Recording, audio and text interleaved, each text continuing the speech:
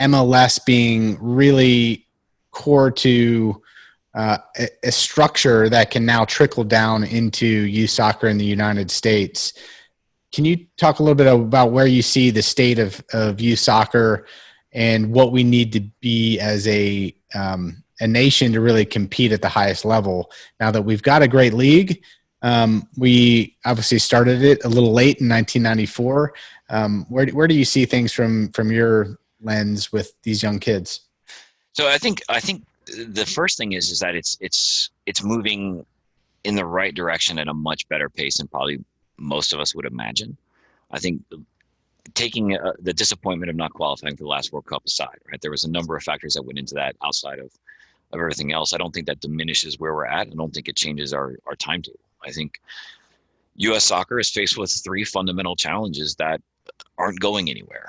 The first is, and it was one of the great conversations I had with Jurgen when I first got a chance to meet him, was he spoke at lengths about the geography. And that is a very, very big issue that we don't pay as much attention to, that the United States is a massive geographical location. And it's unique to the United States. Like we Correct. really haven't, other countries haven't had to deal with it. Yeah, and then when you start to really peel back that onion, right? So one of the things I was thinking about today was, well, okay, is there a reason why players come from Florida, Texas, Georgia, and California? Well, yeah. Well, our weather dictates that we can play year round, or we don't have a lot of the issues, with field space and some other things that other places do. Use Minnesota, Wisconsin, places like up in the north where they may have 250 some odd 300 soccer fields across the state. Well, we all know that halfway through the year that's going to get shut down.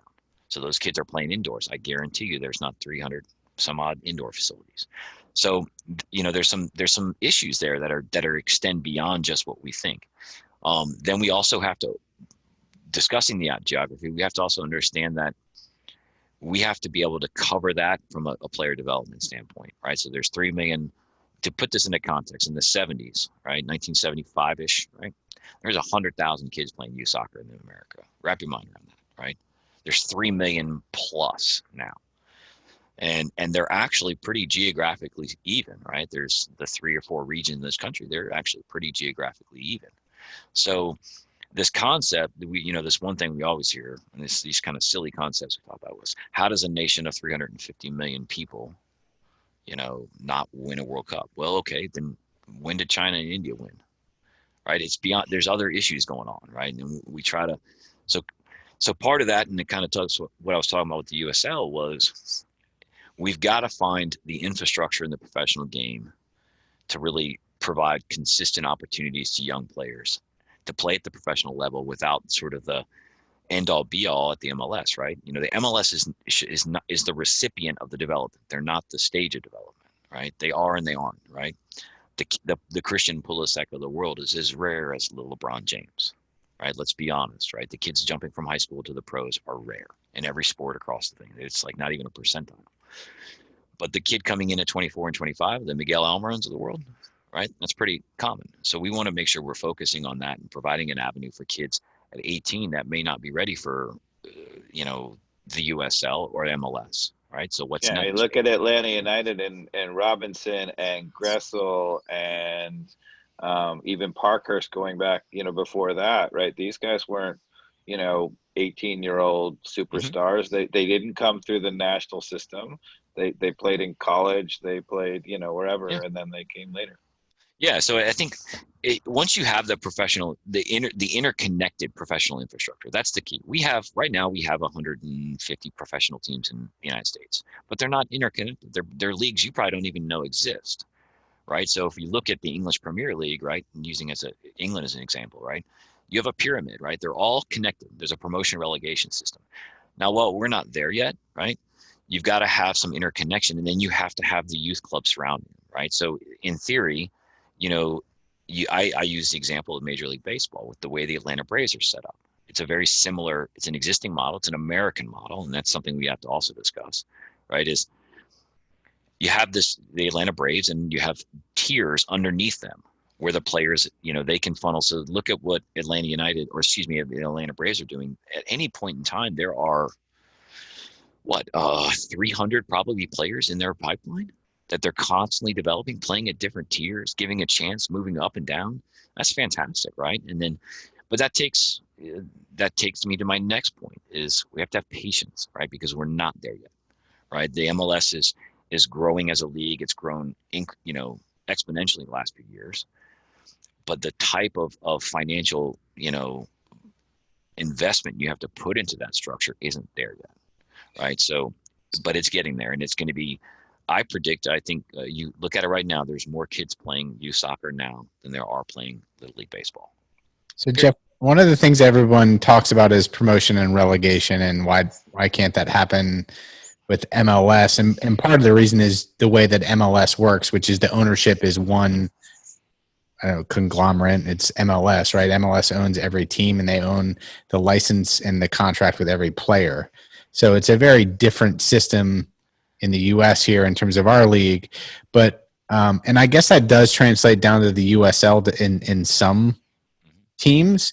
But my harebrained idea is, if we were to start promotion and relegation, what is your thought? This is an idea that I had. Why don't we start it with the USL down into the youth leagues below in each state, to some degree? Like, start it there, and then try to figure out how the MLS rolls into that at some point into the future. Do you think that that's off base, or do you think there's any concept to that? I think there's more of a concept from the USL level, from a League One, League Two. I think because the problem you probably have is, and I think that should be the ultimate goal, is across the board promotion and relegation. The issue is that I don't think as a infrastructure and as a nation with the infrastructure we have, that is feasible. So just using a simple, not right now. Yeah.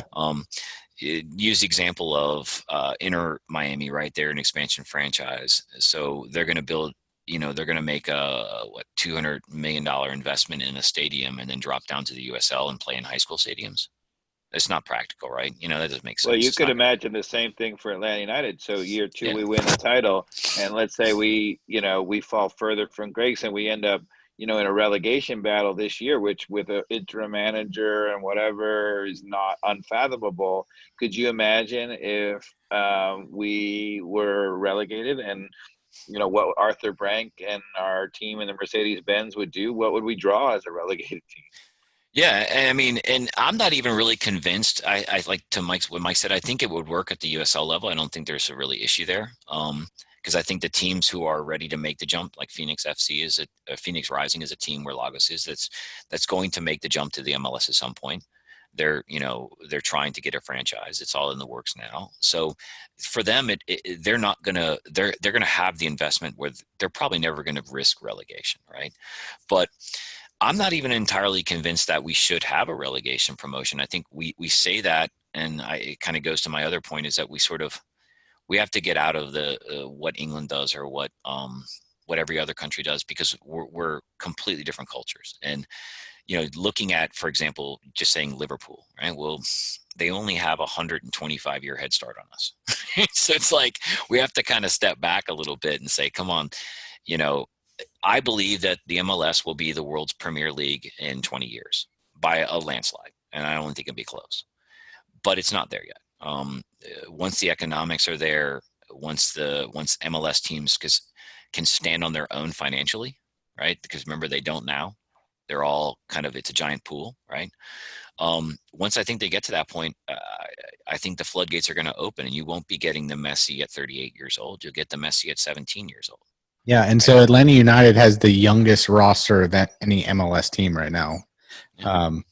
And I like how they have continued to stay the course of focusing on young talent, whether that's homegrown or bringing in these South American players that are on the younger side of the spectrum. Even if it's a PT Martinez who's 26, it's not a retiree. No, and that's cool. Yeah. I wanted to talk a little bit about something we haven't talked about, which is even a step down, right? So we're talking about the jump of the Lagoses and Development Academy to MLS, but so the players who, literally from, rec, 3-year-old, 5-year-old soccer going to 13, 14-year-old, whatever, when you say that they're serious. One of the things that concerns me is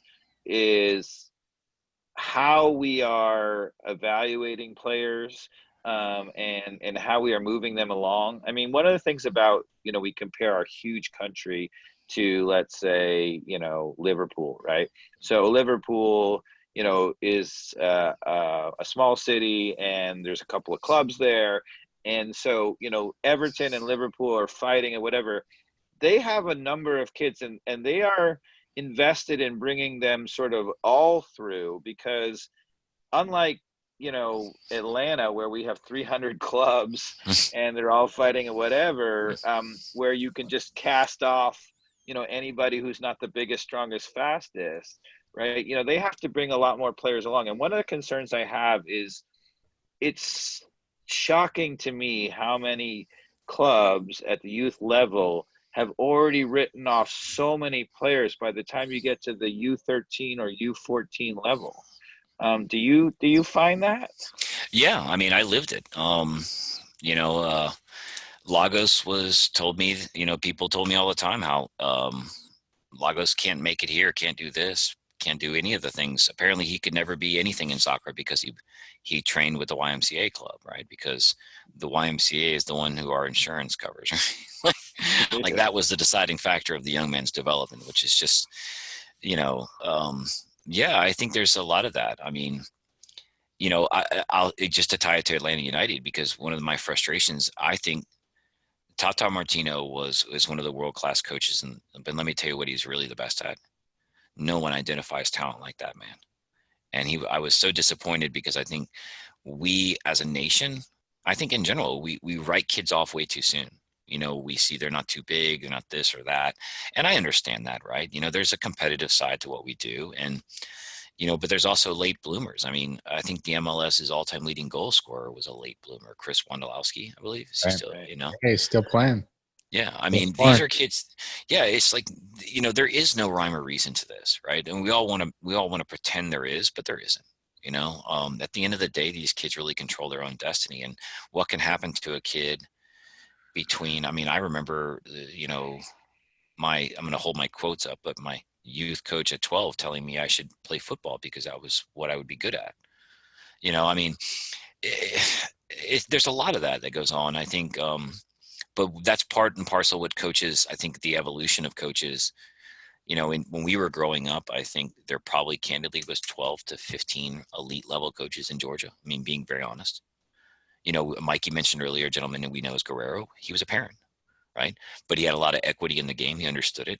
You're looking at that number now, and there's probably 1,000 elite level coaches in Georgia. And, we all say every coach will tell you that they're the best, right? But the reality of it is there's a lot of really, really great coaches. I see them every day. I'm always impressed with what I see out there and how far it's come. And I think the more you get those coaches kind of moving forward, I think, and the more we have of them, the more that you're going to get those players that aren't get cast aside for bigger, stronger, faster, right? See, I'm going to disagree a little bit. Like, I'm sometimes really disappointed. We have these great clubs with these tremendous players, and sometimes we play against them, and I'm like, that's not a well-coached side. Like I didn't see that not just that they didn't play well as a team, but that I didn't feel like the kinds of things I heard from the coaches were developing players or making them better. It's better than it was. Okay, so it's better than it was. Yeah. Yeah, I'll give you a great example. There's a gentleman I had a good chance to meet him when I was in California a little bit. He runs a club called the Fullerton Rangers, right? Very successful club. And I don't know if he still does this, but he told me that he only has one team in every age group. Period. Boys, girls. That's it. Just one. And his rationale was this guy's won like multiple national championships at the youth level, wildly successful, professionals all over the place, right? And he says, well, I only have one elite level coach. Why would I form a team with a secondary coach? I thought that was this guy was flexing because this guy could have 5,000, 6,000 players, but no, he's got, 1,000. But he says, I know every one of those people is being coached by an expert. But the funny thing, to disagree with you, Dave. Yeah. But to disagree with it, the funny thing is that he can say that now because there's that many high level coaches out there to pick from. Before, when we were growing up, that wasn't the case. I mean, I didn't get my first real soccer coach till I was 14 years old. And I'm, professional in every way, and Mike will probably tell you, they just weren't there. Yeah. I mean, our high school coach at Roswell was a Latin teacher. He had never seen a soccer game in his life, and he was trying to call timeouts. Literally his first couple of games, he's doing like a time. I'm not kidding. Like that was what was happening. I walked off the field. I thought it was legit. Yeah, I was like, all right. I was like, high school rules. I didn't know. Right. But, yeah, but I think, timeout's great. I'm always impressed with it. And I also think, somebody like me who kind of didn't really have coaching till later in life, I look at it and I said to you the other day, I look at how much better your son is going to be, or your daughter is going to be, how much more knowledgeable it will be. I use the analogy, my dad, you watch a Falcons game, my dad, he's calling out blitz packages and where the A gaps are, right? And that's just typical household American knowledge, right? Right. Well, that soccer is not that way, right? So, but now it's becoming that way. So like you're sitting in, sometimes I sit when I watch Atlanta United, I sit in the stands and I hear this guy behind me screaming, switch it. And I have no idea why he's doing that, right? But 10 years from now, that guy won't be saying that. That guy will be saying, yeah, because he's going to be listening to me in front of him. Yeah, because I've got my own opinions, as Dave knows. In our section, I'm not quiet. Well, so your point actually may just destroy my other point, which is to say that when you're talking about the limited number of really fantastic coaches, the thing that strikes me is that we have so much competition. We have all these fantastic teams starting from such a young age, right?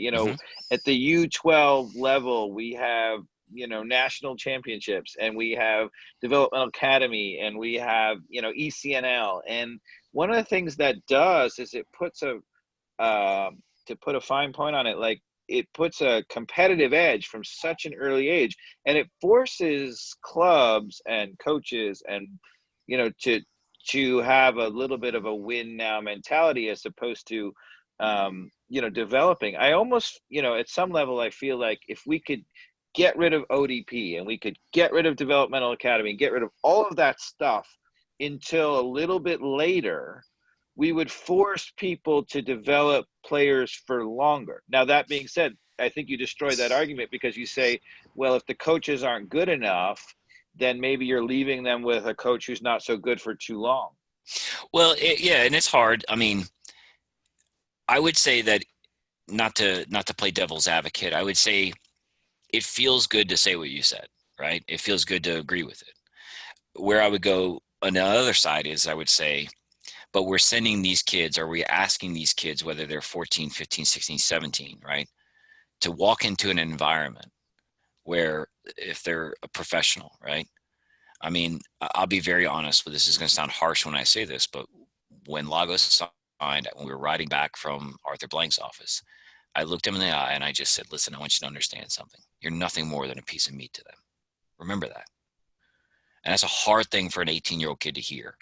But we're sending these kids into these environments where they're looked at as a commodity, right? So yeah, I don't want to say that justifies the way we act at the youth level at times with that overly competitive, but we need to instill in them that sort of dogfight, because one of the things as a country is that youth soccer, it tends to be a very affluent sport, right? Where, trust me, the path that Joseph Martinez took to Atlanta United and Lorenowitz took is vastly different, right? One was playing for food on his table. The other was playing for his father, right? Or his mom, right? And that tends to be the case with almost every U.S. sport, maybe basketball aside. The talent that comes through, it's a pay-to-play kind of model.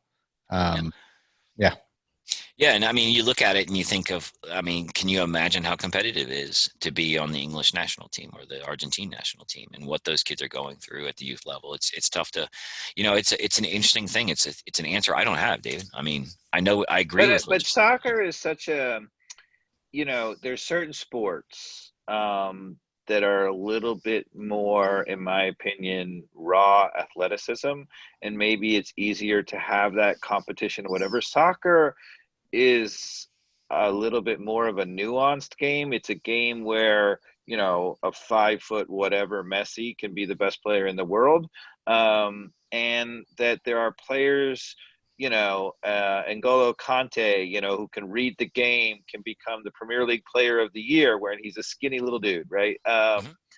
You know, and my feeling is what I'm worried about. So, you know, I don't know about the path of a guy like that, but do you think N'Golo Kante would be the guy who's picked by the best young Atlanta clubs and the best, you know, clubs in youth soccer in Atlanta, and would be, you know, candidate for a homegrown player?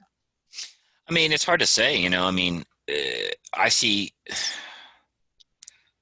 somebody will always find him, right? You know, I mean, Uh, they found Lagos, you know, it wasn't hard, you know. But I think we need to be looking for those players, and it's sort of, you know, we need to take a lot of pride in finding them when we do, right? And I think that's a positive. But no, I don't know. I mean, one of the things I get frustrated with U.S. soccer is not that there's a lot of great people in U.S. soccer. They are, you know, all these people really care a lot about it. But I think one of the things they need to do is, and that's why I go back to Tata. That's why I was so angry that U.S. soccer didn't reach out to him, because he's exactly what they need. yeah. He is a guy that can, and I'll tell a funny anecdote. How did they You know, not reach out? How did they not reach out to him? At least I, just okay, because I according don't to even know. yeah, Because according I, it's to our sources, incestuous. like they didn't even like well, call him. yeah, Look, it's incestuous. And I'm going to say that because, you know, Berhalter was in the national team and was a friend, and he was looked at hardly. And I would say this is not just true of the men's side. You know, I always talk about on the women's side, right?